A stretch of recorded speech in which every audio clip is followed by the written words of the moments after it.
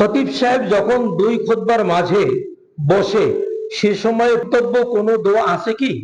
দুই খুতবার মাঝে যে ইমাম সাহেব বসেন এই সময় কোনো দোয়া আছে কি? উত্তর, এই মর্মে রাসূল সাল্লাল্লাহু আলাইহি ওয়াসাল্লাম এবং সাহাবীগণ থেকে নির্দিষ্ট কোনো দোয়া বর্ণিত হয়নি। আপনার মনে যে ভালো দোয়াটা চায় ওই দোয়াটা মনে মনে করে নেবেন, আল্লাহর কাছে বলবেন আল্লাহ, ওই সময়টাও দোয়া কবুল হয়, ওই সময় দোয়াটা করে নেবেন। এই হাদিস সহিহ মুসলিম 852 নম্বর হাদিস। তাহলে এই হাদিস থেকেও জানা গেল যে ইমাম সাহেব যে খুতবার দুই খুতবার মাঝে বসেন ওই সময়ের দোয়াটাও আল্লাহর দরবারে কি হয়? কবুল হয়। আল্লাহ রাব্বুল আলামিন আমাদের সবাইকে এই সমস্ত সুযোগগুলি গ্রহণ করার তৌফিক দান করুন, আমিন।